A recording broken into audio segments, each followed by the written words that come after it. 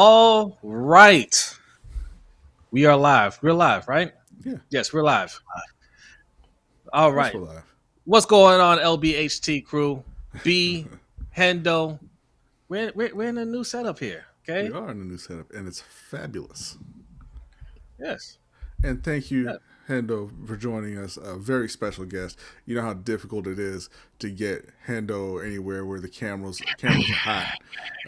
So we feel very privileged to have the host of Rogue Pod here with us.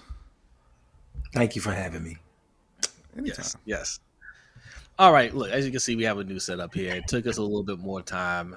We had the show scheduled, but you guys couldn't see it. That's why some of y'all thought we weren't having a show tonight. Of course, we have a show tonight. Okay, we're here every Wednesday around 7:15 ish. Okay, so thank you for coming through. We gave you guys a little bit more time to do what you needed to do, so you didn't miss the show. All That's right, right. but it is Wednesday. Happy Wednesday. Hope your week is going well, but if not, hopefully it gets better starting right now. We are streaming live on YouTube, Facebook, and Twitch. So wherever you're watching us, make sure you hit that like button, follow, subscribe, all that good stuff. If you're listening to the audio form of this, it is Thursday at lunchtime. We hope you're enjoying your lunch break. Make sure you hit that 5-star review for us because we try and grow out here. All right. Share this with your friends, family, and loved ones.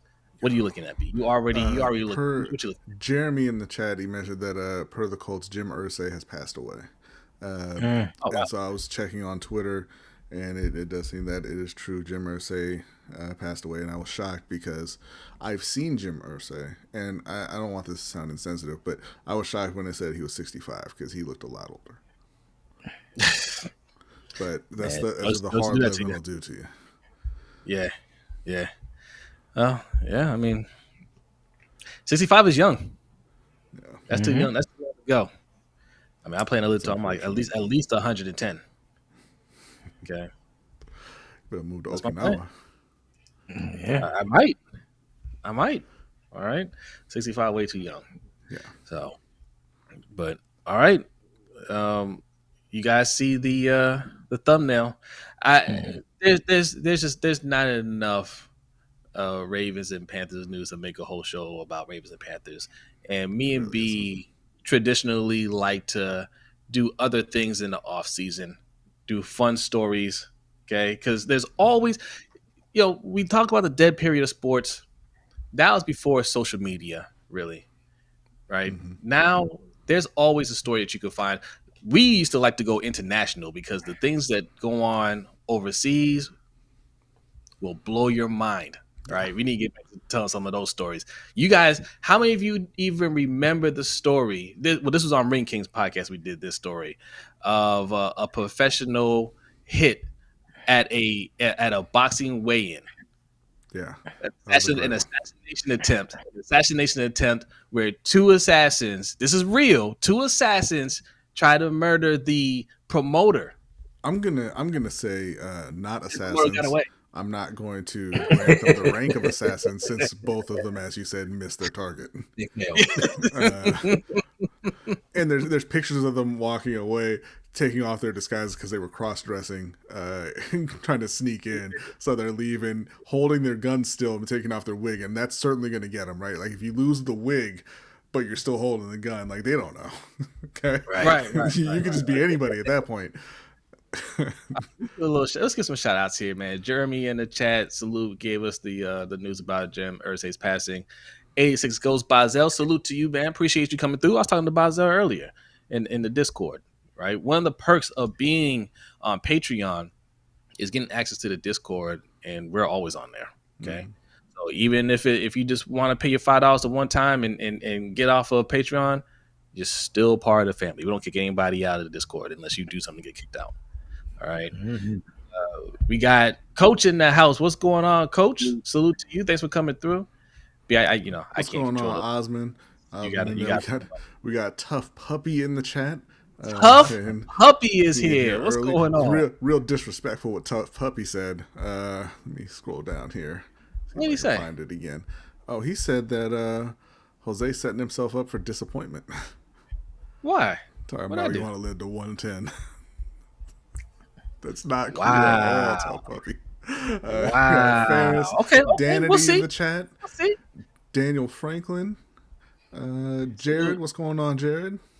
Big What's Reg. up? Just Salute. Aloe. Game too easy. Okay, if you haven't noticed by now, we're not putting up the comments. That's because Jose has lost control of the comment box. I am in control now of what comments get up on the screen, so you're gonna see a lot less of your comments. All Out right, of chaos. a lot less. We're doing it right now. What's up, Flex Zone? B said we gotta start tightening up things around here. I've been giving away too much merchandise. You gotta start paying for these appearances on screen. All right. So Yes, and Jared. another Jared knows more breaking news. Daniel, the Killahan mob. That was Yes. That's who they were going after. Yes, Daniel Kennedy. Yes, Jared knows. Kinahan, Jared knows his boxing. He dove out the window. They shot his friend. They shot and killed his friend. He dove out the window and got away. Go to Ring Kings podcast. The name of the video is Tyson Fury connected to the mob. He's on there. I think Dillian White is on the thumbnail as well. But go check that one out. We break down that whole crazy story. Yeah. And Daniel Kinahan was Tyson Fury's promoter at the time, who is an Irish mob boss. His whole family is deeply involved. Alleged. I might leave a comment up for the whole show. Thank you very much. No, hey, shout out. No. Hey, shout out to the Flex Zone podcast, man. Appreciate y'all coming through. Go check them out too, man. I was on there. B missed it. I was on their show a few weeks ago, man. That was a lot of fun. Check them out, man. They cover Ravens. They cover all DMV stuff, man, and they're big into wrestling as well. So go subscribe to them as well. And right now they're doing all of the NFL schedule for each and every team. Oh, that's what's up. That's what's up. Yeah, Flex Zone, Tyson Fury connected to the mob. Him and Daniel Kinahan are like this. All right. Well, not anymore. He had to put some distance between him and Kinahan. But yeah, serious story. Okay. All right. Yes, Danny, I appreciate you. You got to put Danny's comment up here. If you like your comment displayed, send a cash app to $LBHT Show. That's how you do it. That's right. Ferris, not RIP his friend. His friend was second in command in the mob. You thought he was just hanging out with some dude he went to kindergarten with, and he just happened to run in. He's like, hey, come to the event. And dude got shot. No, man. Oopsie. He was there to take the bullet. Yeah, I mean, kind of was. Unbeknownst to him. But. Right. Wow. All right. What's up, Don C? Salute. What's going on, Don C? He says, the throwback blockbuster video merch. That's it. And hold on a second. Hold on 1 second. We have. I gotta. We had to put. We gotta do some animation for this. I gotta figure that out. But we have. You know how YouTube does channel memberships, right? Mm-hmm. And you can gift the channel memberships. Well, so can Patreon. We're on Patreon, patreon.com/LBHT Show. You can also gift Patreon memberships. And Bazel, who has been a huge supporter in this community, asked me a while back, hey, how do I gift Patreon memberships? So, I told him how to do it. Now I'll drop the link for you guys if you want to do that as well. I'll start pinning that to the comment. But he just gifted a membership for Zeke Hokage. So Zeke, thank you very much, Plaza. DM us, Zeke. DM us. You get a free month of Patreon. All right. Is Zeke in the chat? If you guys see Zeke, I haven't seen him. Say yet. Zeke. DM. Lunch break hot take. All right, and I'll post a link of how if you guys want to gift the membership, it works the same way as gifting memberships on YouTube. You just click on a link and then you pay for the month, and then it creates a link. You just tell us, hey, give this to whoever, and we'll give it to that person. All right. And Bazo sent a super chat. It says check your DMs. Thank you very much, Basil. Okay. And I hate you, Ferris. Okay. Our Lord and Savior tells us to have compassion for all God's children. Okay, He's the last person. You have fun with that. Okay. All right. I'm not going to be RIPing the mob boss or underboss or whatever you want to call him. It's not happening. All right, we got to get this on the road because we got to get out of here early. We've got an early morning tomorrow. Congratulations to my niece, Jose's daughter, Anita, as well as I guess her stepbrother or whatever, Steven. Yep. My bonus son, Steven. Graduating high school tomorrow. Too early in the morning, but you know. It's a milestone moment. So yeah, it was congratulations to both of them. Very proud of them. Been a very long week for me. If you're in the Discord, I posted some pictures from their prom, which was this Saturday. Very stressful for myself in April putting that together, but it came together really well. And now just we're down the home stretch. Get them graduated, and then your boy got to take a break, man. I am worn out. So you get to that last one. Huh? Wait till you get to that last one. When that last one's out, you have no more worries, no more school shopping, no more nothing. I got graduate in like a year and a half. Yeah. Jacob, he might graduate in 2 years. I was talking to B about what I want my daughter and my son to do this summer, so they're not just doing nothing. And I was like, I'm an IT guy. I want them to, learn a little bit about IT, even if they don't go in that field, because computers are important, right? Technology is important. So I was like, man, I think I want them to get an A+ certification. A+ certification kind of teaches you the basics amongst the IT disciplines, right? And I started thinking about it. I was like, man, can Jacob take it? If I sign Jacob up at 10 years old for an A+ course, would he be able to pass that certification? Yeah. And then I started thinking, what if he got his certification at 10 years old, 10 or 11? He'll be more qualified than some of the people that I've worked with.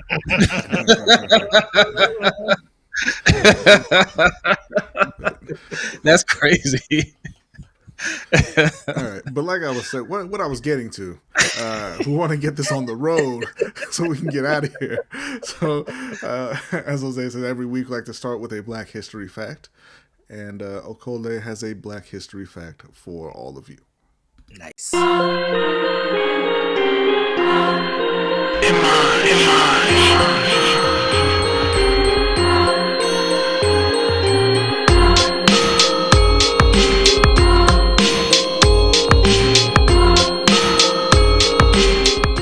This week on the LBHT Black History Fact, Blanche Kelso Bruce was a groundbreaking black politician who defied the odds, rising from enslavement to become the first African American to serve a full term in the U.S. Senate. His life was a testament to resilience, strategic leadership, and unwavering commitment to civil rights.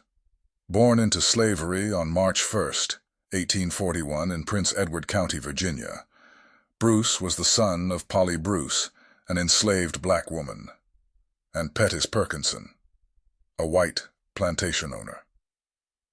Unlike most enslaved children, Bruce was allowed to receive an education alongside his white half-brother, an opportunity that would shape his future. As the Civil War erupted, Bruce seized the chance to escape enslavement, relocating to Kansas and securing his freedom. This pivotal moment marked the beginning of his journey toward political prominence. After the war, Bruce settled in Mississippi, where he quickly gained influence. He became a wealthy landowner, acquiring a 640-acre plantation in Floryville.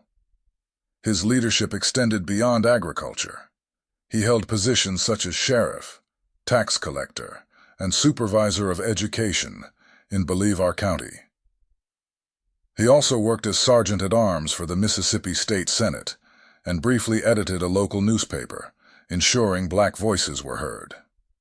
In 1874, Bruce achieved a groundbreaking milestone by winning a seat in the U.S. Senate representing Mississippi. He became only the second black senator after Hiram Revels, but the first to serve a full 6-year term. His tenure was marked by tireless advocacy for racial equality. Bruce fought against racial discrimination and electoral fraud, speaking forcefully on behalf of Black Americans, Native Americans, and Chinese immigrants. One of his historic moments came on February 14th, 1879, when he presided over the Senate, making him the first black senator to do so. A symbolic achievement in an era of intense racial barriers. After completing his term, Bruce remained active in national politics. He was appointed Register of the Treasury, making him the first black person whose signature appeared on U.S. currency. Bruce also played a crucial role in education, serving as a Howard University trustee and working to expand opportunities for black students. His former home, the Blanche K. Bruce House, is now a National Historic Landmark, recognizing his contributions. Bruce passed away on March 17, 1898, in Washington, D.C.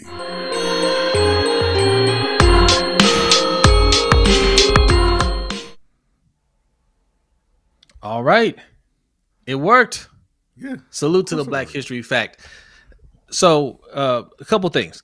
I need to make a correction. Bazel gifted Zeke Okage a year membership, okay, to our Patreon. Thank you, So Bazel. Appreciate you, Bazel, man. Thank you, Zeke. If you're in the chat, or if you guys see Zeke in the chat, tell him to DM us, okay? DM us, or DM us on Twitter or IG, wherever you're at. Zeke, we're there, but just DM us and I'll send you that link so you get that membership. I also put in the chat the link to how to gift memberships. Okay, you just click on it, you pick whatever tier you want, however long you want to, and then it creates a link, and then you can send it. You can send it to a person, or you can give it to us and say, "Hey, give it to whoever," right?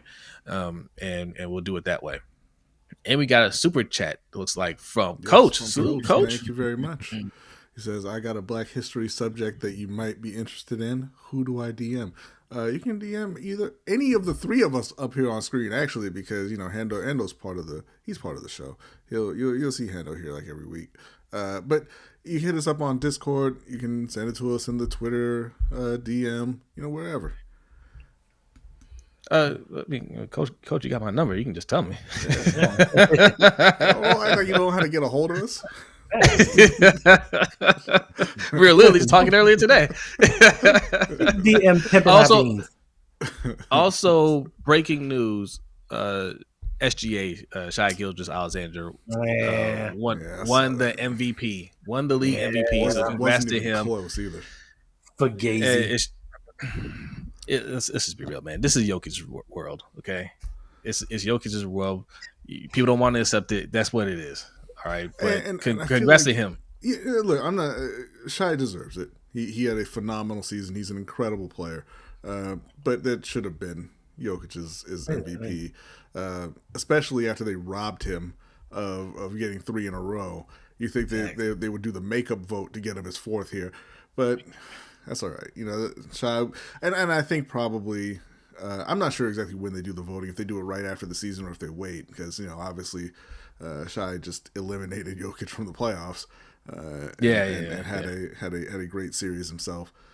It needs to just be a playoff award anyway, or include the playoffs, since I agree. 2/3 of the league make the playoffs. Yeah, I mean, I just think it's a joke right now. Even when you look just throughout sports, you look at football. Lamar should have won MVP last year. All-time, all-worldly stats that he put up. Jokic, 3rd person in the NBA history to average a triple-double. He was 3rd in points, 3rd in rebounds. As a center, he was 2nd in assists in the league. 6th in steals. He shot better from the field than SGA. He shot better in 3-point range than SGA. So how are you telling me this guy deserves it over him?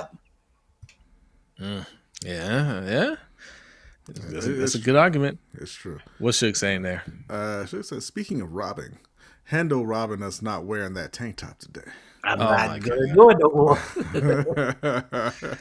If you want to know what that comment is referring to, hit up patreon.com/LBHT Show. Join. It's one of our patron-only videos.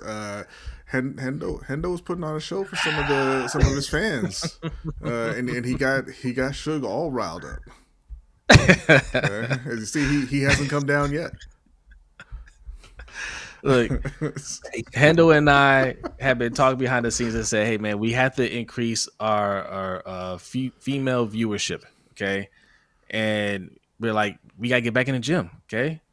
We gotta get back in the gym. We gotta give him some eye candy, all right?" Thanks. And he gave Sugarton a glimpse of it yesterday, and Sugar's like, "Let me up my membership."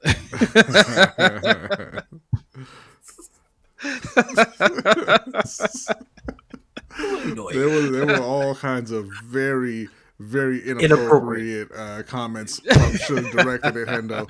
Thank God we do not have a HR department. Yeah. That's what he said. I'm in danger. All right, okay. So let's get to a court of public opinion. Let's just go straight to it. All right, we don't have the singer set up yet. Okay, this is a brand new setup. In fact, yesterday we were live streaming to kind of test everything before we went live today, but we're still working out the final look, if you will, the final draft of this whole thing. But for now, there's no microphone man to begin the court of public opinion. But here we are. All rise. Court is now in session. You guys know what it is. What are you laughing at? He's laughing already. What you laughing at? He said he might become the chocolate Milkman after yesterday.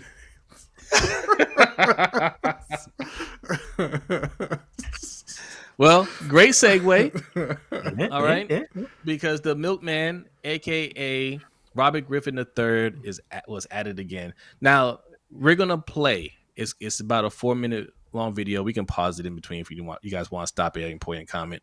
But I put a little mashup together of what went down the last couple of days. So this stemmed from the Angel Reese and Caitlin Clark game 1 of the season. Things got a little chippy in that blowout loss, right? Angel Reese hard fouled Aaliyah Boston. Caitlin Clark didn't like it, so she hard fouled Angel Reese. Angel Reese got up and did the whole hey, I'm mad at you and hold me back. And she got held back, and that's all it was. And here we have RG3 clutching his pearls over it, saying, hey, she almost ended her career by assaulting Caitlin Clark, and, just a bunch of gibberish after that. And, Ryan Clark responded with, hey, this is a common trope that they use for black women, black people in general. But, RG3, you wouldn't understand. Right. Yeah. So you will understand. You don't have those conversations in your house because your wife is white. And RG3 said, how dare you bring up my wife? That's okay. We're going to go ahead and play the video. Let them hear from these two clowns themselves. Danity is letting us know the Colts owner, Jim Irsay, has passed away. Thank you, Danity. We did mention it briefly at the top of the show, but rest in peace to Jim Irsay and condolences, obviously, to his family. It's kind of, it's shocking because he was pretty young at 65, but about Jim Irsay. Jim was into a lot of things in his younger days, and may have caught up to him. Maybe he's been drinking since he was a teen because his father was an alcoholic. So yes, I just want to know what unfortunate. I just want to know how Danity feels about this because people of Baltimore and the Irsays. He didn't move the team, but he's still an Irsay. He could have given us back our stats, our heroes. He could have done it. He decided back at this point. No, we don't want it back. All right, All right. We're gonna go ahead and play the video. As I said, it's a mashup, kind of to get you caught up on what these two people were talking about over the last couple of days. So why do I think Angel Reese hates Caitlin Clark? It could be the fact that Aaliyah Boston had to save Angel Reese from ending her career. This is a still shot. After the foul that Caitlin Clark put on Angel Reese tried to hit her. But if it wasn't for Aaliyah Boston putting her arms in the way, Angel Reese would not be playing basketball anymore because she was going to sucker punch Caitlin Clark. Now, you tell me a time when you've seen somebody get fouled on a basketball court in a professional league where they tried to almost sucker punch somebody that they were friends with because of a hard foul. So after watching the play, I tweeted out, after watching Caitlin Clark's flagrant foul on Angel Reese and the aftermath, there is no way Angel Reese can continue the lie that she doesn't dislike Caitlin Clark. I know what hatred looks like. Angel Reese hates Caitlin Clark. Not some basketball rivalry hate either. Hate. So now, though, when RG3 jumps on to the hate train or to the angry train, and now follows along with what we saw from Keith Olbermann, what we saw from Dave Portnoy, as they poured on to Angel Reese to make her the villain in Caitlin Clark's heroic or hero story. Right. The one thing we know about RG3 is he's not having conversations at his home about what Black women have to endure in this country, about what young Black women and athletes like Angel Reese have had to deal with being on the opposite side of Caitlin Clark's rise and ascension into stardom. Now, when you look at it, I think A'ja Wilson is the face of the league. A'ja Wilson is the best player in the league. Caitlin Clark is the most important player in the WNBA. And a ton of her fandom has come along with some racial bias or some racial pieces to why people love her so much. And so now, if you're RG3, when is the last time within your household you've had a conversation about what she's dealing with? You haven't been able to do that because in both of your marriages, you've been married to white women. You haven't had opportunities to have those conversations to educate you on what they're feeling, what Black women deal with, what they're seeing when they think of a young Angel Reese. When I worked with RG3, he would make all of these sort of corny jokes about milk and how much he loved it and how important it was. And he always points out on social media the color of his wife's skin, as if the color of her skin is what makes her special, as if the color of her skin is what makes her a good wife. I've met the lady, I've had a conversation with her. Right. I think she's more than that. But it also leads to what Black women deal with a lot from Black men who have chose to date or marry outside of their race. They always feel like they have to go the extra mile to prop up the woman that they're married or the woman that they're with over Black women by denigrating Black women. And I think this is what I'd like RG3 to know, that no matter how much he continues to echo the microaggressions of racists, he'll be no less Black than me. Get on here and talk to you guys because there's been a lot of buzz, a lot of conversations about my sports take that Angel Reese hates Caitlin Clark, which was purely based in basketball. But I think all of you know there's a line in life that you just simply don't cross. Wives and children are always off limits, and Ryan Clark has sprinted past that line. Ryan Clark didn't like my sports take that Angel Reese hates Caitlin Clark, and that's fine. It's okay. It's part of the game. Sports media, I'm going to have an opinion. This person might not agree with it. That person might not agree with it. But what you don't do is turn around and personally attack me and my family just because you don't agree with a sports opinion that is purely based off the sport. I didn't make it personal. But what that really shows is just how low of a person Ryan Clark is. Now, okay. Obviously, I cut that down. You want the full context of everything. Go check out their podcast, The Pivot, and what's his? I'm sorry, RG3. I forget the name of your podcast. It's at RG3. I just look at RG3 podcast and it'll pop up. But so I want to kind of just go back to yesterday when this was brought to my attention. Right, the first thing I saw was the last clip.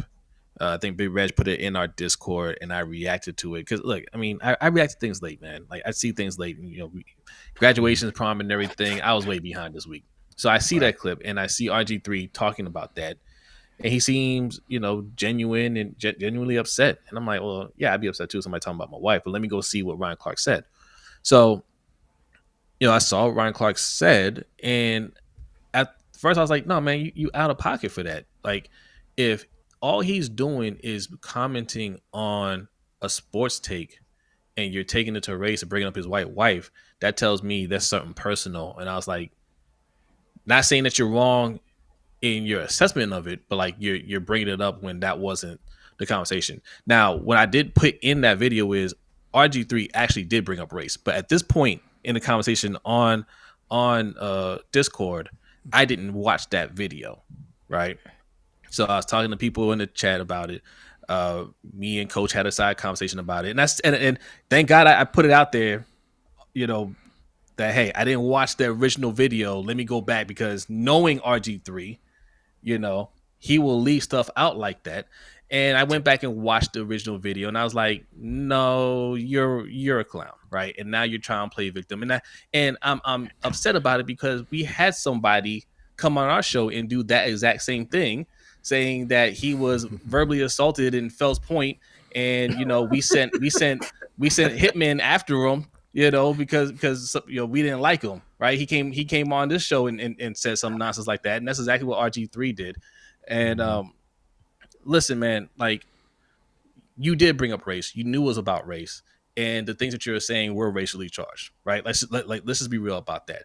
When I first heard him say, "Hey, it was just about basketball," I assumed he was just talking about they don't like each other or whatever. And yeah, so what if Angel Reese hates Caitlin Clark? When was that a bad thing for rivalries? I thought that's what we wanted. I thought we didn't want our rivals to be friends. Facts. You know, so no, complete clown. And no, Ryan Clark. Okay, maybe you don't need to bring up his wife. He's not all the way right on this. Okay, he's basically saying, RG3, you're not a real black person, right? You don't have those conversations in your household because your wife is white. That doesn't mean they don't have those conversations. They're raising, you know, 2 or 3 black daughters, right? Doesn't mean they don't have those type of conversations in the household. Doesn't mean they do, but you can't talk about another man's household. Like, you're trying to disrespect him, right? So you're not all the way out the woods on this, but RG3, man, you knew what you were doing. Don't Thanks. try to play victim. You asked for the smoke, you got the smoke, man. Yeah, I thought that you know, RG3, there was no way that he could have arrived at the destination that he arrived at genuinely, right? There was nothing remarkable about that play at all. You see that 100 times a year in basketball. Somebody gets a hard foul, the other person, you know, they get up, they're angry, they talk trash back and forth. It's a non-issue, right? Angel Reese nor Caitlin Clark has ever said anything to indicate that they dislike the other. Certainly not hate. And then he went and said at the end of it, you know, oh, it's a basketball take, just about a sports take, just about basketball. In the original comment, he said specifically it went beyond basketball. She just hates her. Yes. All he was doing was, again, you know, he found he knows a topic that's racially charged that was trending, and he said, you know what, I'm going to hop on this, and I'm going to make a comment to paint Angel Reese as the angry black woman and get Caitlin Clark's fans riled up, you know, get myself trending, you know, go viral and you know, get some more clicks and views on my podcast. Ryan Clark, you know, I don't think that Ryan Clark was trying to disrespect his wife or his family. He was trying to disrespect RG3, and mission accomplished, right? But like you said, I was like, you can't. Like, RG3's black, whether you agree with him or not, whether you agree with his opinions or not, you can't say no, you know, that he doesn't understand or he's not this, he's not that. I think it's a personal thing between Clark and RG3, and Clark saw what he No thought question. was he saw what he thought was an easy target. I'm gonna jump in, I'm gonna hit him with a few jabs, I'm gonna jump out. It didn't go that way for Ryan either, and I'm glad, because both of them are over the line in what they're attempting to do. So I'm glad that both of them are taking some heat for it. Now, go ahead. Yeah. I mean, I understand what people are saying, and the thing with attacking his wife, to me, the way that I saw it was he was actually kind of propping his wife up, because RG3 is using her as a token, saying, you know, I love my amazing white wife, and he's saying she's more than just a white lady, like she's more than just somebody for you to put in the videos and show off. Yeah, that's like he's attacking RG3 using his right. wife, right? Right. And just and not to cut you off, Hendo, but just if you don't know what it leads to those kind of comments, Robert does this kind of thing a lot on Twitter. This is Robert Griffin calling himself a Super Saiyan Milkman. Which is why you got the thumbnail. If you don't know what that thumbnail is about, that's what he calls himself. That's he's very, very happy to have landed not one but two white wives, and he is not shy about it. Thanks. Yeah. So I'm sorry, Hendo, go ahead. It's good. So for me, I've always disliked Robert Griffin III because I thought he was a phony. Like I thought he tried to pretend to be on one side when he really wasn't.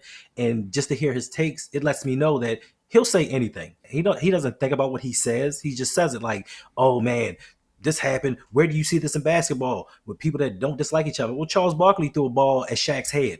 They were friends. Speared. But they were friends. Yeah. Kobe Bryant got a 20 piece from Chris Childs. Like it happens in male basketball all the time. Like all the time. Kobe went after Carmelo. It happens. He just chose to use this narrative. Now, me personally, I feel some kind of way about this because I grew up where Angel grew up at. And I know people from Baltimore. And I know women from Baltimore. And somebody just laying a finger on you isn't going to stop you if you hate somebody. It's not going to stop you from getting at the person that you want to get at. So for him to say, "Oh, she was going to sucker punch," how do you know what she was going to do?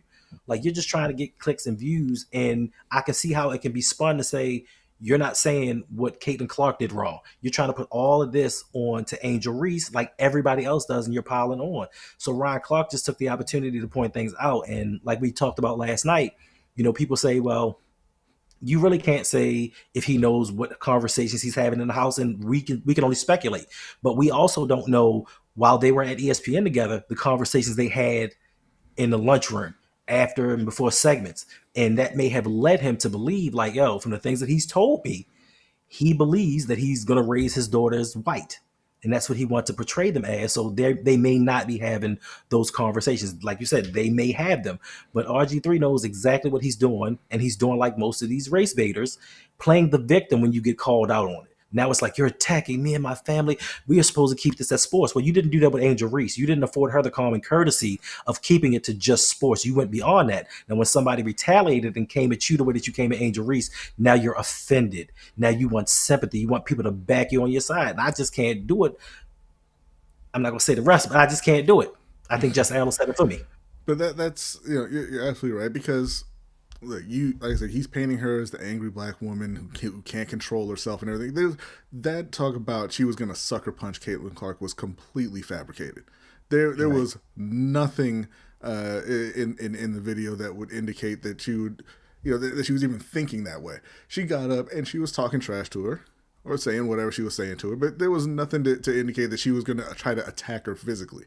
But you're just trying to play into the stereotype and give the Caitlin Clark fans, a certain segment of the Caitlin Clark fans, I should say, more ammunition to throw back at Angel Reese, which is what's been happening over the last couple of years. I mean, I don't know if you saw it, Hendo, there's a video of asking these Fever fans while they're walking into the stadium, to describe Angel Reese in one word.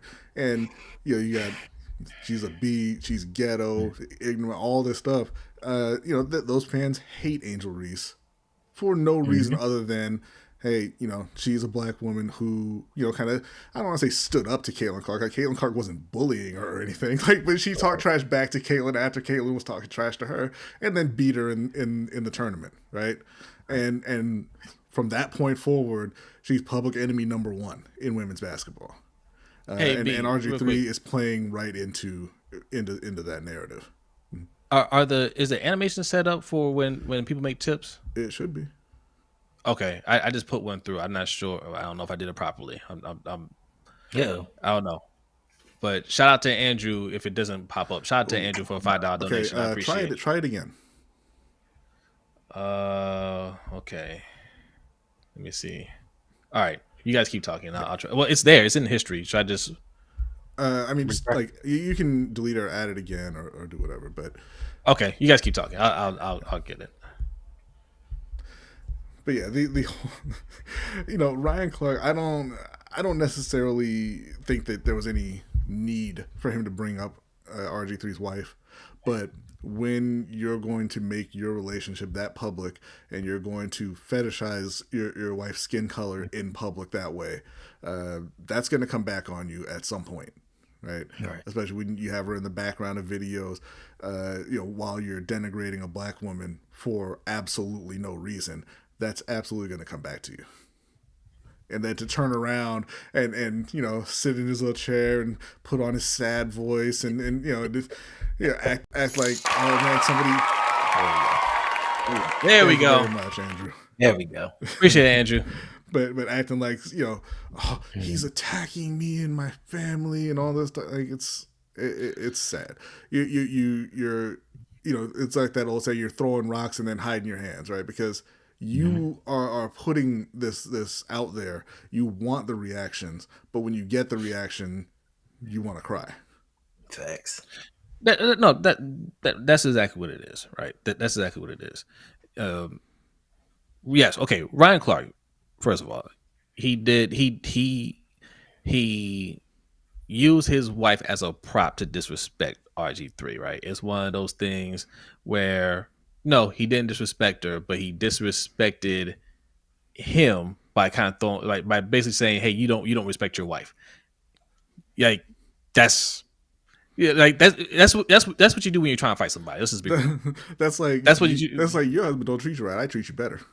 Right? Like, yeah. I think she's worth more than that. Like, you know what you're doing with that, right? So he has a right to get upset because you reserve that for when he's taking shots at you, right?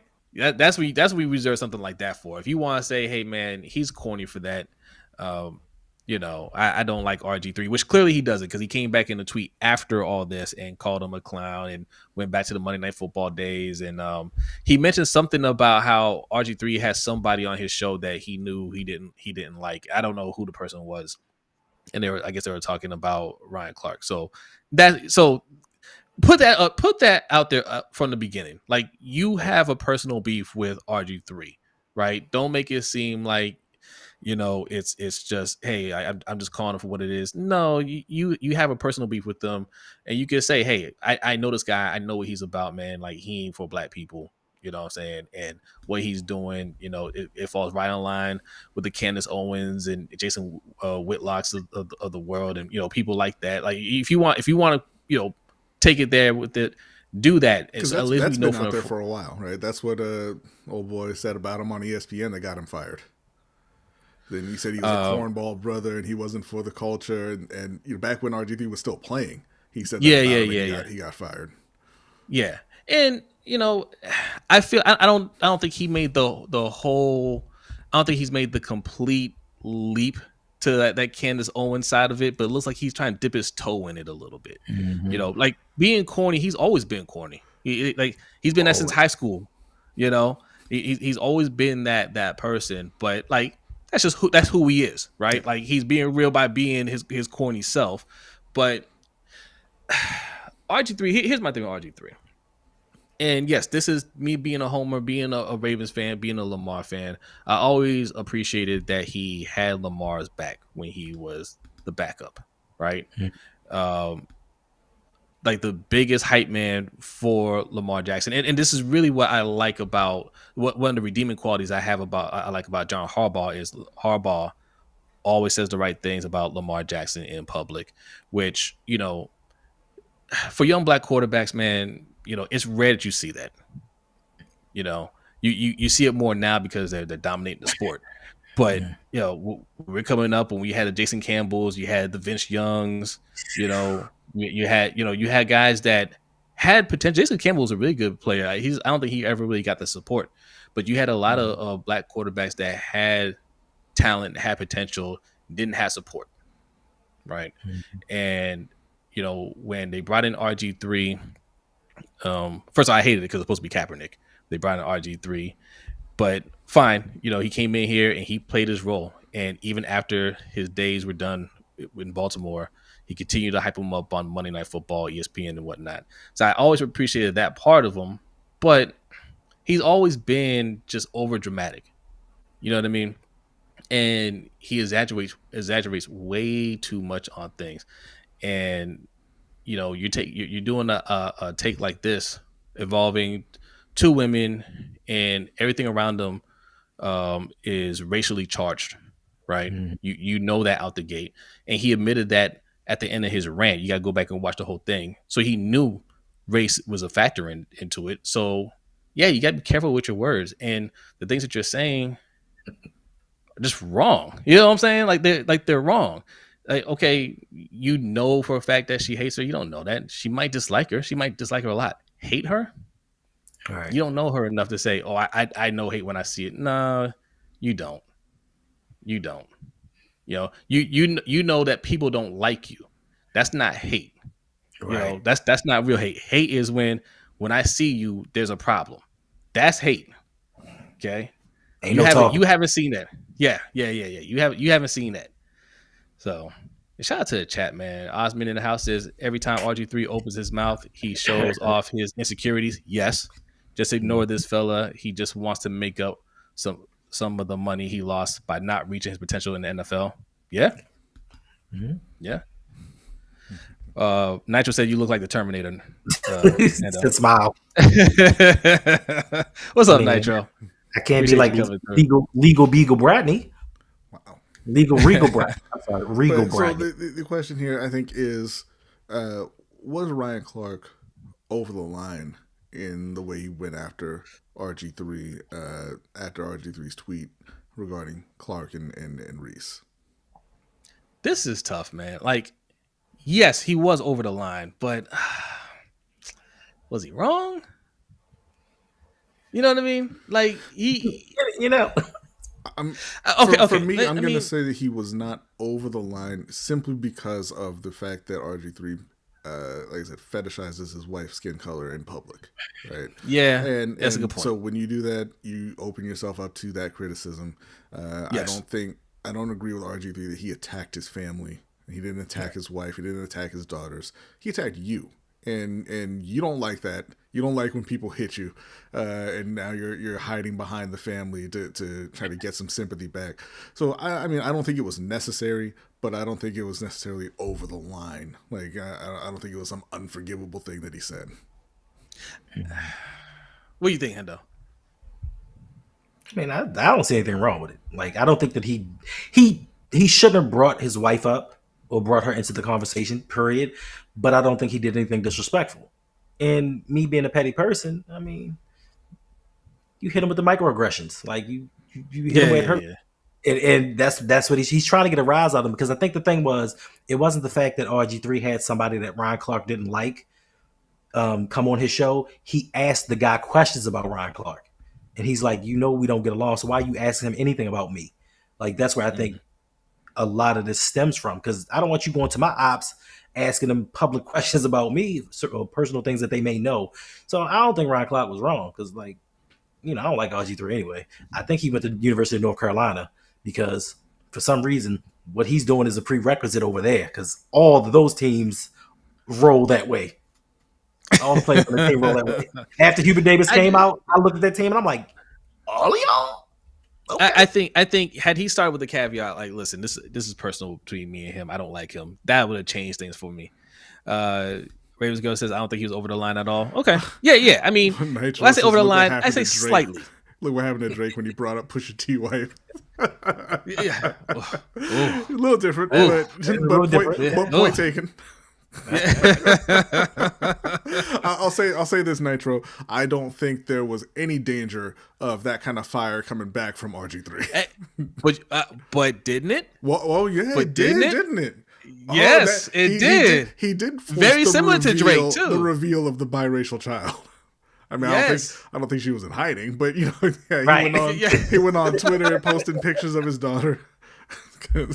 Yeah, because it wasn't RG3 that pointed it out. I don't think people Somebody else said. people were pointing out that It was his brother's Le'Veon Bell, right? His teammate. Le'Veon Bell, yeah. And we got a super chat from Kim. Thank you very much. He says, "No, he didn't attack him. He's being dramatic." Yeah, that's what Robert does. What do the kids say nowadays? He's being sassy. Yeah. I don't know So what the kids say Ryan that, Clark, sorry. sassy. Yeah. That's why I call Stephen A. Sassy A. I think. So I said in the chat, in our Discord chat, RG3 comes off as a dislikable person, right? Now, it could be he's not a likable person. He's fake. He's just corny, or he's had the worst luck in the world because he's worked for two terrible organizations, the Washington Redskins, which is complete trash, right? Daniel Snyder is one of the worst human beings in the world, and then he went to work for ESPN, which is another cesspool. Mm-hmm. Okay, Stephen A. Smith is complete trash. All right, I'm not gonna call Ryan Clark complete trash. I don't know him. I like him on the pivot for the most part, but he has his beefs too. Like you listen to him talk, he can rub people the wrong way as well. Which is why Le'Veon Bell blew his spot up, right? And I've heard Ryan Clark say things that, you shouldn't have done that, right? When he in fact, one of the beefs when he had with Antonio Brown with AB. Now, yes, AB is a wild boy. We know he's a wild boy, but Ryan Clark had put it out there that he had went to the coach and said, "Hey, man, you better not pay this man. Like, he's gonna cause all kinds of problems for you." Way overstepping the line, right? And yes, we know this man is a nut. We know he's crazy, but that is none of your business, bro. You know what I'm saying? You do not get involved when it comes to contracts. Everybody knows that. That doesn't have to be said, and you did, and you talked about on the show like it was like a badge of honor, and you had to go and bring him on and clean that up, So like he's been a little messy in the past too, which is why I look at this. I'm like, you know what you were doing, you know what I'm saying? And if you mean to disrespect, that's it's personal between two. I wish you just say it, Right. Like it's personal between me and Jared. Jared, thank you very much, Jared, for the super chat. He says Duke fan taking shots at UNC. Not surprised. First of all, Jared, I'm not taking a shot at UNC because they're not relevant and they haven't been for a while. My only issue that I've had with them was the fact that when Hubert Davis became the first black head coach at North Carolina, the first thing he said out of his mouth was, "I love my white wife." Like, what did that have to do with the question that they asked? Like that to me, I'm just like, bruh, just say you love your wife, like whatever. So y'all got your own problems. Jared, he's a Duke basketball fan, and I'm surprised at you, Jared. I am, yeah, Jared, because I can't even imagine somebody stepping up, raising their hand, and saying I'm a UNC fan right now. Facts. y'all went from number one in the country to didn't make the tournament, right? Only team everybody makes the tournament, bro. Only team ever in history. Everyone makes the tournament. Look, man, they was cheating. Okay, you gotta find like a commissioner. The NCAA commissioner is spit in his face to not make the tournament when you UNC. That is an accomplishment. Yeah, so I feel like this isn't over. There's gonna be more to come. I hope this. I know it's gonna go this route because they're both playing the same game. They're both playing the same game. It's gonna end up. They're gonna end up on each other's podcast to hash it out. He's gonna end up. I think RG3 has been on the pivot before, hasn't he? I don't know. I think he has. I don't think so. Okay, I'm gonna go and look. I just want to see him on there, but he'll end. Somebody else. He's going to end up on the pivot. Okay, this is how this is going to end. You a UNC fan, coach? Right. Ugh. He's going to end you up on can't. pivot. And when you don't like somebody, I'm going to tell you right now, people, if I don't like you, you're not going to end up on the show. Facts. You're not. It happened one time and that person asked to be here, and I was like, okay, we were doing that just to call you out. But, you're not gonna, especially if you disrespect me, like if you disrespect me, you don't. No, we'll have problems when I see you. Any Ravens stuff? Sean Cole wants to know. Hey, Sean, you're gonna have to go with the flow of the show, my man. Okay, look at the show notes. What Raven stuff would you like us to talk about? Okay, Sean. What would you like to talk about, Sean? I'm sorry, we're ruining your experience here. Sean, what Raven stuff would you like to discuss? What's the hot news going on in Ravens universe? I'm curious. I know. The Ravens said that they're not scared of the tush push. They voted in favor of keeping it. In Carolina said we stand by the rules. We don't like to cheat. Get that out of here. They fell 2 votes short of banning that, and the Eagles are going to be upset this year. they are already tweeting at Green Bay about it. So. Right. You know what? I'm glad. Like me and B talked about this, right? This shouldn't have ever been a thing. That's an illegal move. Right, in football, but you let people get away with it forever, and just because one team is doing it better than everybody else, you want to ban it. Everybody has an opportunity to do it the exact same way the Eagles do it. It's usually when you change a rule, it's because there's some unfair advantage that teams can't easily exploit, or it causes too many injuries. Right, or risk of serious injury. None of these things are present, so you have to leave the rule as it is and stop crying about it and copy it. There is one unfair advantage, Jose. Howie Roseman can put together a team. Yes. Competence. Yes, you're right. He said he started working on the summer power rankings. That's the news. Yes. If you don't know, Coach puts out what a donation. Hendo's chest. All right, Jose, go ahead and pull up that comment. Coach does the best, the absolute best power rankings in the business. And he puts them out over the course of a month and a half in videos revealing the rankings. Does a fantastic job. He ranks every position group, 1 to 32. For all the teams in the league, and then does the average and gets your power rankings, and he lets you know that Minnesota is going to be a powerhouse, even though you don't think so because Sam Darnold was there. Coach called it. Called it.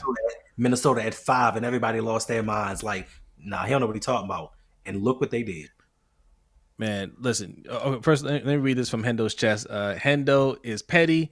He is hiding me from y'all. Make sure to join the Patreon to see this glistening masterpiece. All right. I'm not coming back here no more. This is my last time. I'm not doing live anymore. Listen, you know what really bothers me about the Ravens voting to keep the tush push is that you don't use it.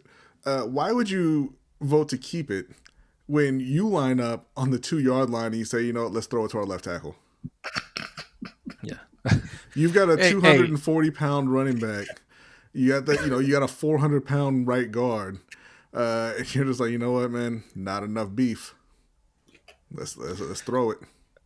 So look, to answer Sean Cole's question, we have show notes. We don't always follow them, but we have show notes in there. There isn't a whole lot of Ravens content to cover, but I did want to throw a question out there. Right, since Derrick Henry signed, extended for 2 more years. We're hoping more than likely he'll retire a Raven, coming off a great season, and doesn't look like he's going to slow down. What do you expect from Derrick Henry, who's going to be 31 this year? What do you expect him to do this season? Do you expect close to 2,000 yards? Do you expect a slight drop off, 1,800 yards? You think 1,400 yards, or you think less than 1,000? Like, what's the expectation given his age, but also given the performance that he had last year, and Lamar's still his quarterback, right? What do you expect? D Skinner FX says it's because we don't hate. Skinner, y'all the biggest haters in the NFL. Y'all dragged your quarterback's name through the mud for a year before you gave him his money. The organization, Ain't, yeah. ain't no haters bigger than the Baltimore Ravens. Yeah, I mean, all right. I'm seeing some numbers in here. 1,600 says Danity from Danity. 1,700 from Coach. 1,550, 13 touchdowns from Skinner. Okay. 1,500 at least from Big Cuz. What do you guys think? You know, actually, if we're assuming everybody stays healthy for the whole season, I think he should be over 1,500 yards.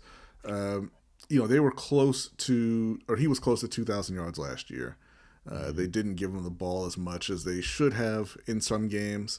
You know, I don't expect him to be quite as dominant as he was last year, but I think 1,500 is a nice number for him. The only thing that is going to hold him back potentially is if that line turns out to be a real problem. And you're in closer games or behind, and you got to throw the ball more. Otherwise, yeah, I think 1,500 is a nice number for him. I'll give him 1,600. Even with the offensive line woes, because Lamar is the quarterback and he makes up for a lot of things and defenses have to account for him, I think Derrick Henry is going to get 1,600. I don't think the fall off is going to be because he's aging or his skills diminishing. I just think they're going to utilize him more, knowing that he is of an age where quarterbacks are past their prime. They're going to kind of try to save him for the playoffs, and I think Justice Hill is going to get a little more burn. So hopefully once we reach the playoffs, they're going to actually save him. So when we get to third and second and goal, that we're not throwing to a left tackle and actually running him like we're supposed to. I think I agree with everybody. I think anywhere between 1,500 and 2,000 yards isn't crazy. And that's why that we're saying that about Derrick Henry at his age, because it looked like he was falling off a cliff, when we got him. And he dialed the clock back, with the help of Lamar, obviously. But listen, every running back that comes here is going to have that benefit of playing with Lamar, right? And he's a great running back. He's one of the all-time great running backs. So he could take advantage more than Gus Edwards, J.K. Dobbins, Latavius Murray, the Devontae Freeman, all these running backs that we've had before, Le'Veon Bell. Like, he can take advantage more than Kenyon Drake. He can take advantage more than any of those guys can. So yeah, anywhere between 1,500 yards to 2,000 yards, I think. I think that holds up. So we all expect a great year from Derrick Henry, which is good because we need that consistency on offense. But like Hendo said, the O-line has to step up. What do you guys think about the O-line? Do you think the O-line is going to be better than last year or worse than last year? Well, the Flex Zone said that the O-line is going to be solid, which we don't know. I hate that answer. Right. I hate that answer. How can you, Flex Zone? Because you guys you guys didn't like our grade that we had for the draft. You didn't like the C. What we give a C+. You didn't like that grade. How can you say the O-line is going to be just solid, but think getting the safety in the first round was a good move? If we can't do better than solid, if you said no, man, the O-line is going to be good, man. Falele is this is his year. He's played for 3 years now, and he's going to have an excellent year. Ben Cleveland or whoever, Voorhees at left guard, I believe in them. We're going to have a good O-line. We're going to have a wall back, in front there. If you're saying that, then cool. I can see why you think the moves that we made in the draft are fine. But if all you can muster up to say is they're going to be all right. But my thing is, how? It's not a good draft. How? Everybody was so high on Voorhees last year. We got 3 games out of him. This guy hasn't been healthy since he's been potty trained. So how are we going to expect him to get through a full season when he has yet to do so? He couldn't do it in college. He hasn't done it yet in the pros, but we think he's going to come in off of an injury and play a full season. Then we go to our 3rd round pick, who we drafted injured, who we made switch over to guard. He's injured right now. So how are you going to definitively say that you think that this O-line is going to be solid? Now, if you're going to say Derrick Henry and Lamar are going to make them look better than what they really are, I can agree with you on that one. But to say they're going to be solid, we don't know. Faalele still has yet to learn how to put his hands on people and not just stand there looking around like he's Donkey Kong or something. Like, we need to see improvement because we have a first place schedule, and this year it is brutal. We have some dogs on the defensive line that we're going up against. So to think that Voorhees, with his 3 starts in his pro career, is going to just block some people and do some things, you're crazy, in my opinion. We can hope. We can't say that, oh, yeah, they're going to be all right. We hope they will be okay. Can you pull up Coach's comment? I love this I love Coach's confidence, man. That's what I'm talking about. He says Faalele going to get that money. He's blocking out the sun. First of all, so Faalele, that's B's guy. B has faith in Daniel Faalele. You don't be talking that. You don't be talking that stuff when we on the roundup, Coach. When I remind you that he's a Pro Bowl starting guard. Alternate. You know, and part of me has hope because he's got the tools. Lord knows he has the size, right? Like he has the tools to become a really good interior lineman, right? Wow. But when I look at that and Coach says he's going to block out the sun, I look at it. I'm visualizing it. I can see him literally blocking out the sun and not touching anybody. Like, sun's in my eye. I can't see anything. Who am I supposed to block? Because that's how he looked last year, just looking lost.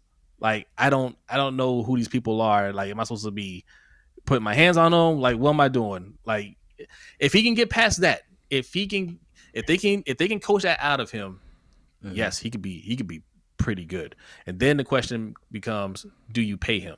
That's another reason why I think it was a bad move not getting the guard. Because what if Faalele turns out to be really good this year?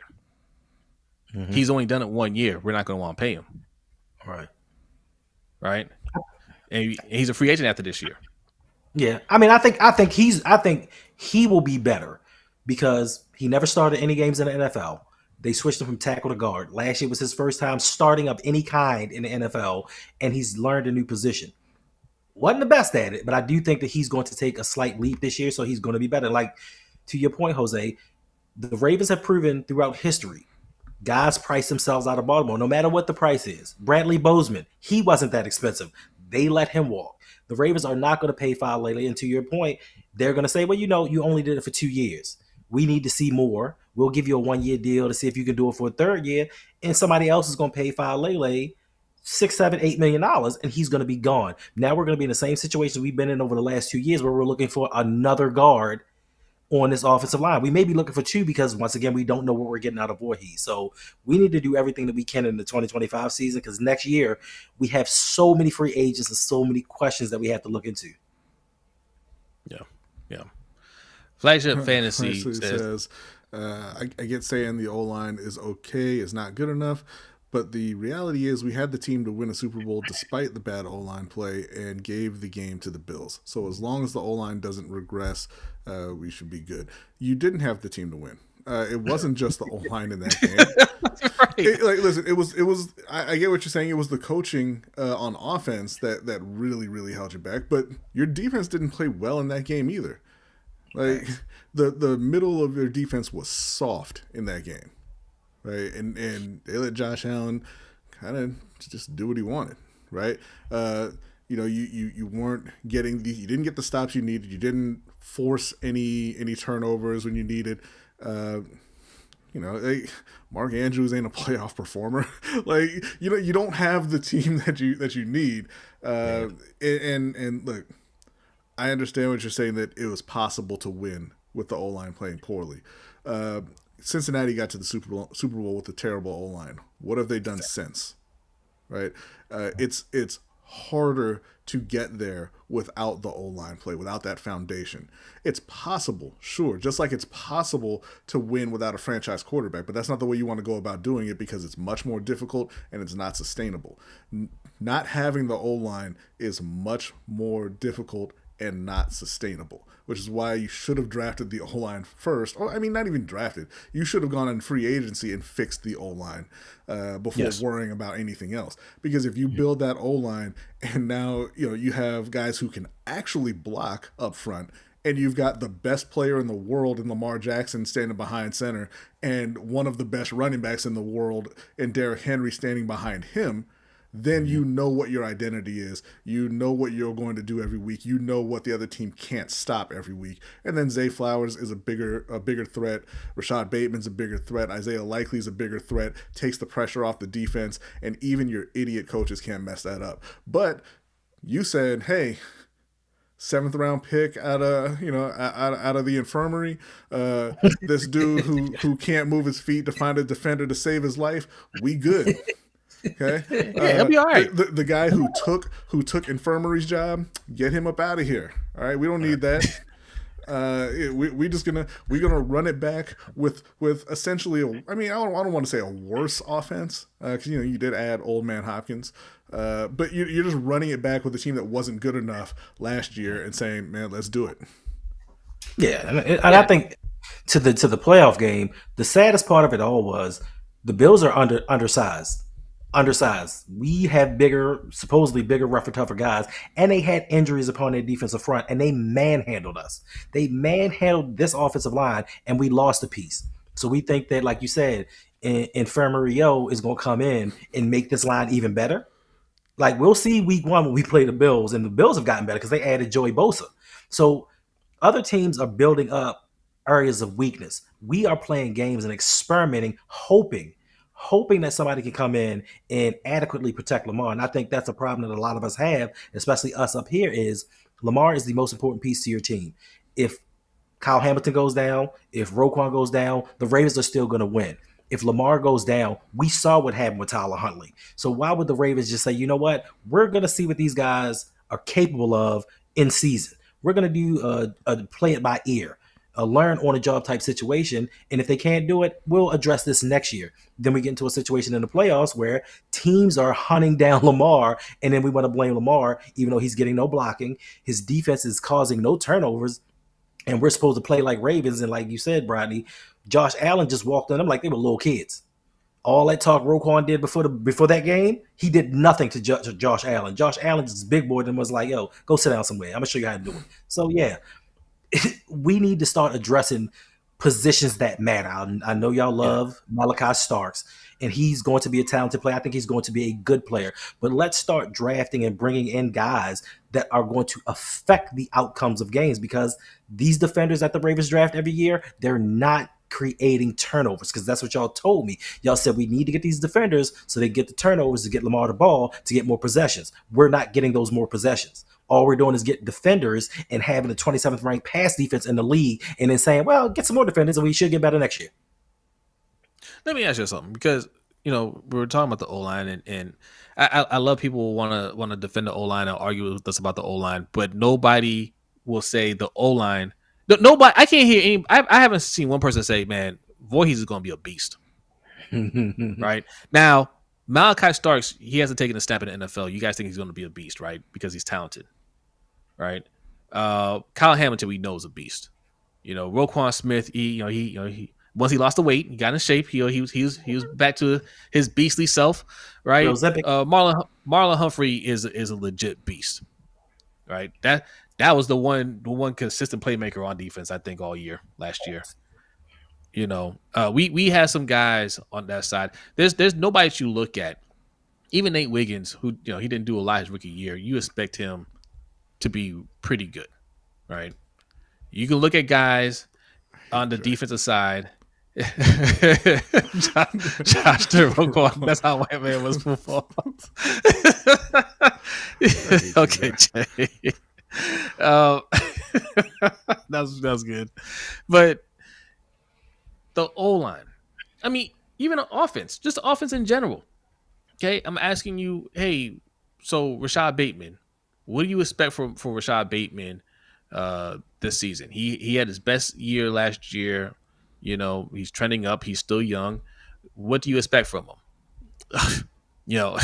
At about 850. 9 touchdowns, maybe 10. Okay, that's not great, right? That's not saying, man, he's gonna be a beast. He's a first round pick.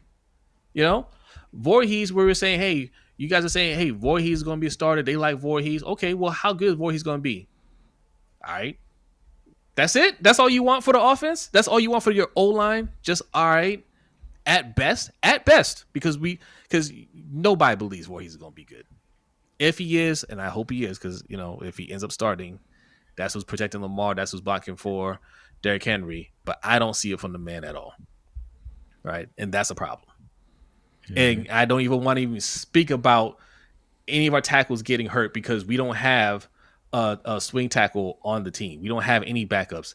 So fingers crossed there, right? And by the way, is our left tackle who you guys didn't want to re-sign. And shout out to Hendo's tush push.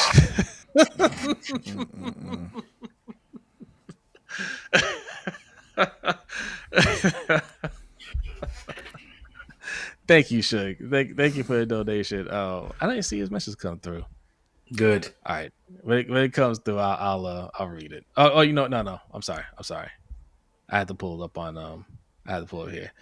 Let me refresh this. And listen, the pin link you see in the chat box is how you can get these comments on here. Shug says, where would Coach rank Hendo's chest for the 2025 season? Hey, y'all need to move on. It's time to wrap this show up. It's after 9:00. Wrap it up. That is true. Wrap it up. We have the overtime show scheduled for 9:20. Do we have? It doesn't matter. Do we have submitted questions? All of a sudden, we don't need to be anywhere on time. No submitted questions. Yeah. Hendo, Nitro, major pauses. This is stemming from the pop-up show that we had on our Patreon yesterday. First of all, you say, "Hey yo," that's how we know it's you. Hey, Coach, how many drinks in are you? No boom, the backup. He legendary. You having a good night? Okay. So some quick NBA playoff talk. Somebody asked about SGA winning the MVP. I'm sorry to say we did have one extremely late submission. Shug. About who? Well, hold on. Let me just say this real quick. Let me just say this real quick. Game Too Easy asked about SGA. He wanted to know our opinions about it. We talked about it earlier in the segment. You got to rewind it, but basically, Jokic should have won. Okay. We have submission. I can imagine Hendo being Magic Mike and Shug being Damian. I never watched Magic Mike, so I don't get the reference. I don't know what he's talking about. We did get a Cash App as well. Thank you, Adrian. You can go ahead and set that up. I'll read the submitted question here from Shug. He said, who will be your breakout rookie for the upcoming NFL season? And who will have a breakout sophomore season? I feel like Penix and JJ are going to have great years. JJ who? I'm assuming you mean JJ McCarthy. But Hendo, go ahead. Who's your breakout rookie for the upcoming season? Genty. I was going to say Genty too. Like I think he's just going to walk into the league and dominate. Honestly, I think he's going to be one of the top 5 backs in the league from day one. But I'll try to pick a different one just because you stole my answer. The obvious answer, Tepper McMillan. I mean, come on, guys. That's what I was going to say. I was like, man. Oh, just thievery all along the panel. That's okay. I'm glad I went second.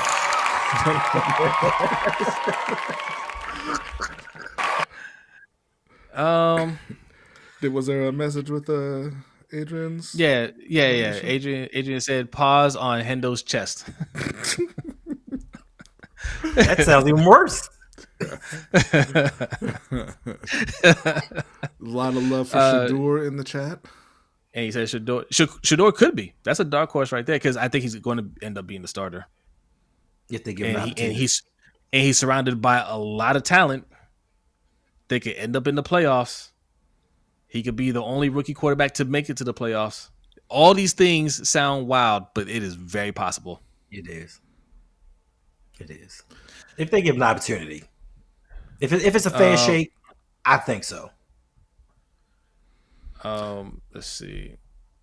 I think if he's given a fair shot and he wins that job, they're still not going to be great because he's not a great player. But that is a very, very talented team. But I think he'll struggle early. All right, I'm gonna go with Travis Hunter.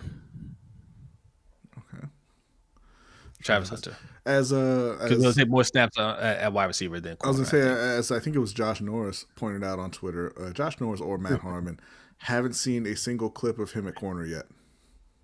Ooh. Yeah. So yeah.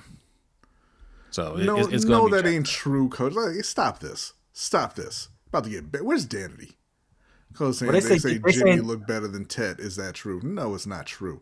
They say Jimmy looks really good. Really good. Real good. Yeah. No, and that's fine. But we over here, coach, we don't need to tear down one person to build up another. All right? You could just say Jimmy Horn looking good. All right? You ain't gotta say he's looking better than Ted. Look, here's a hot take, man. I think a few of those Colorado players are going to be good in the league. Here's the thing about the Colorado players, right? We know none of their O-linemen are ever getting invited. We know nobody on the defense outside of Shiloh. This is the funny thing to me. Like Perry's like, oh man, was the league punishing Dion? Shiloh should not be on the NFL roster. Garbage. He's under the free agent. Garbage. But the thing with Shedeur is, right, Shedeur threw a lot of interceptions, relatively a lot of interceptions for a top-tier college quarterback, right? He had 10 interceptions. That's a high number. Justin Fields had, I think it was 45 touchdowns to 3 interceptions his last year. Right? But when you don't have a run game on offensive line... But here's the thing, and that's where I was going with it. You had a ton of talent at wide receiver. And if you watch those games, a lot of what you saw from Shedeur, and not saying that he played poor, like Hendo said, he got hit a lot. He was on the run a lot. Yeah. But a lot of what you saw from him was, man, F it, Travis or Jimmy down there somewhere. And just throwing it up, and those guys getting the ball and making plays because they were outstanding playmakers, both of them. And the other guy. Yeah. And LeJohntay Wester. All those guys, when they got the ball in their hands, made something happen for Shedeur, which is what you're supposed to do for your quarterback, right?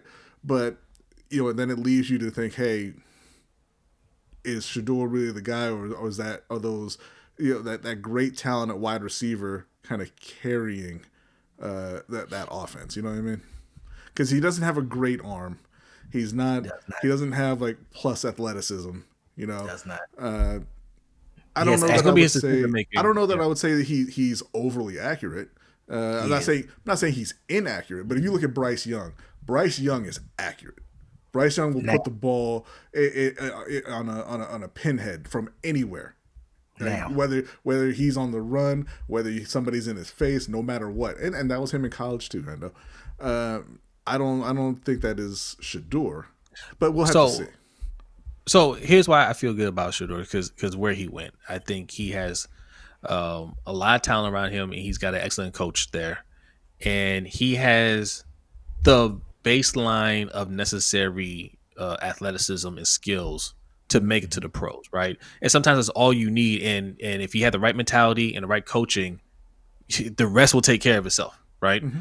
So I feel like, because he's been battle tested, because he's been beat up a lot in college, he's had that media pressure on him already. I think he can go in there. That's why I think him getting drafted in the first round didn't even face him. I think he's just like, yeah, I'll walk in there, I'm gonna take the job, and I'm gonna shine. I think that's nothing for him, and that's not good for the Ravens, because it's gonna be tougher on us. But I think he is going to perform well because of the team he went to. Right. I think there's going to be a fairly long adjustment period for him. Where he comes in and struggles initially. If he's starting right from the beginning, which is like why 4 or 5 games. Which is why I think Joe Flacco is going to be their starter initially. Mm-hmm. Yeah, I can see that. Yeah, but that don't mean they're going to lose. They went 4-1 with Joe Flacco. That's a really good roster. It's a really good roster. Yeah. Coach, listen, Danity, I asked where you were before. You got to get this up out of here. These are fighting words. It's absolute nonsense. I take back what I said about Coach's power rankings. You will not see me on the roundup ever again. Coach, I'm gonna have you banned as soon as I get in touch with Danity. So say your goodbyes. NBA playoffs. The Knicks are they up right now? They're up 67-60. Okay, all right. And it's almost halftime, or it is halftime. I'm not sure. We gotta go, man. I want to watch the game. All right, man. We gotta do a quick NBA roundup, man. We gotta talk about that. The Thunder, man. I watched some of that game. The Thunder and Timberwolves was a close game until the fourth quarter. And I don't know what happened after that. Like I thought at halftime, I was like, man, the Timberwolves, they might be ready too, man. Like Ant-Man might be. These young guys are ready. And fourth quarter, SGA and crew said, all right, we done with this. The warm-up is over. Destroy them. Final score was 114-88. Man, listen, this is done. This is done in 5. This is done in 5. And I'm gonna tell you this as well. It doesn't matter who comes out the East. The Thunder are winning it. None of these teams in the East can handle the Thunder. They're 10 deep. Yeah. And if you haven't watched any of their games, they can get it done on offense and defense. Yeah. But I don't want to see Indiana in the finals. Ugh. I don't want to see Oklahoma City in the finals either. Me either, but what are you gonna do? Well, guess what? Ready. Get ready. Guess what? They're going. Yeah. Not if Anthony shows up and does his job. Listen, man, those spectacular dunks are only worth 2 points. Facts. I know. I think he's learning that now. He needs to. We're gonna have to start pretty soon. I don't want to start it yet, but pretty soon we're gonna have a conversation about him being a playoff joker. That's way too early. Way too early. But, I think he can be the face of the league. He can be he has everything it takes to be the face of the league. Except great playoff performances. But I mean, well, when you got the defensive stopper, Caruso out there, Caruso out there just locking stuff down. The Lakers could have kept him, but Yeah, 0.4 points for Anthony. He's got to do better than that. But here's where that's going to come, and this is when I know he'll be ready to be the face of the league when he asks for a trade from Minnesota. Okay, that's a requirement. When you're ready to take that next step, you leave the start. You leave your starter pack team and say, "All right, get me out of here. Thanks for trying, but you can't get it done. Send me over here and let me go and win." That's when you know he's ready to be great. He loves it, dude. He ain't going nowhere. But I think that is about it. That is it. Ferris was supposed to be here to do some WNBA talk, but we did not invite him. Oh, I thought you did. No. Damn, why you feel like that? You're like, no, we didn't invite him. not like that. I mean, I would love to have Ferris here, but we didn't ask him to come on, so you can't. Why are you putting him on blast on the live? That's what I'm. I didn't put him on blast. I wasn't putting him on blast. We were supposed to be talking to WNBA, but Ferris ain't here. No, I'm just saying we miss Ferris, man. That's our guy. He's a WNBA expert. He makes us look smart at WNBA. Okay. I wish he's an asset to this program. Yeah, he is. Yeah. All right, that's it. I hope you guys like this setup. We're gonna be doing some more tweaks over the next few weeks, if we're being honest. It's gonna take a while to adjust, but this is the new setup. It looks pretty clean. Sounds pretty good. I hope you guys enjoyed it. WNBA talk on an overtime show. Oh yeah, that is. Yeah, you're right. You're right, Shook. We are going to be talking about that on overtime show. Caitlin Clark and Angel Reese are going to be talking more about that. I mean, we talked about some of the beef that sparked off over those two for most of the show. And we're going to actually talk about Caitlin Clark and Angel Reese in the overtime show. So go over to patreon.com/LBHT Show for just $5. And in fact, I'm going to put this in the chat again. If you want to gift, you can gift Patreon memberships the same way you gift YouTube memberships. And Patreon memberships are way better than those YouTube memberships. Those things, we are opposed to those things. Okay, but Yeah, Suge says Jose never misses me, but all good. Yeah, Suge, you know what makes the heart grow fonder is absence. So 100%.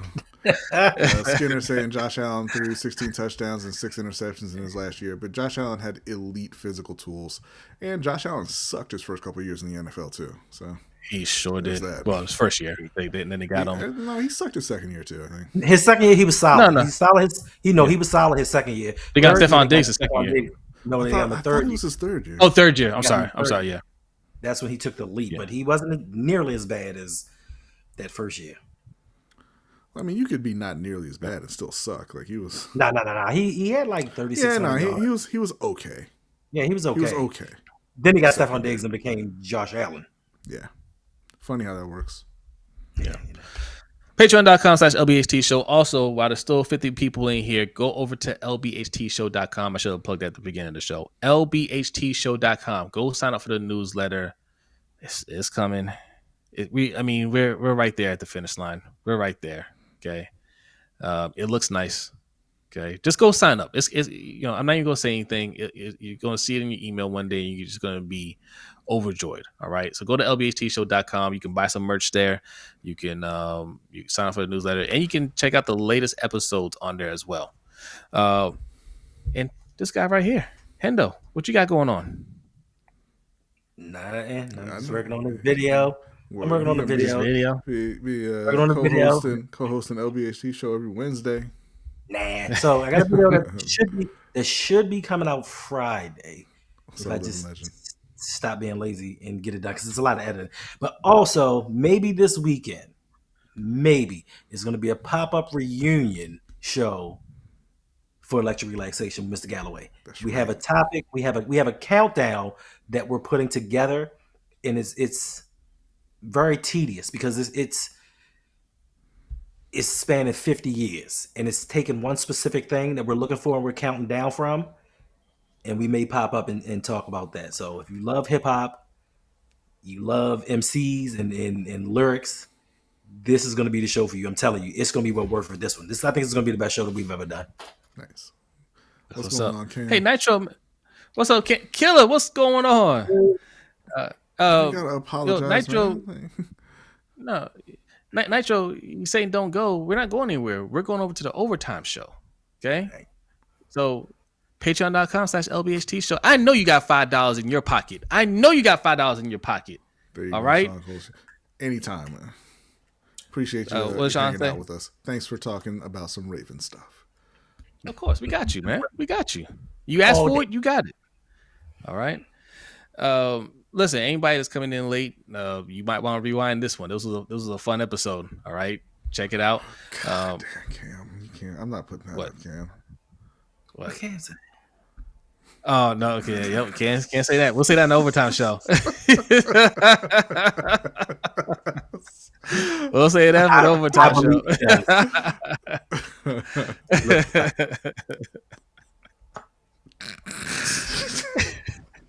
Are you ready for the credits, man? Don't look at this last comment. Yeah, they did. All right, it's time to go. All right, y'all. Patreon members, get ready. The overtime show is starting right now. Everybody else, have a great night. Congratulations to my daughter and my son. They're graduating school tomorrow, high school. Very proud of y'all. Steven and Anita, very proud of you. Love you guys. Congratulations. All right. Anybody that's having kids that has kids that are graduating, congratulations. It's been a long journey, and the real journey is starting now. Okay. So, all right. That's it for the show. We'll see you next time. Peace.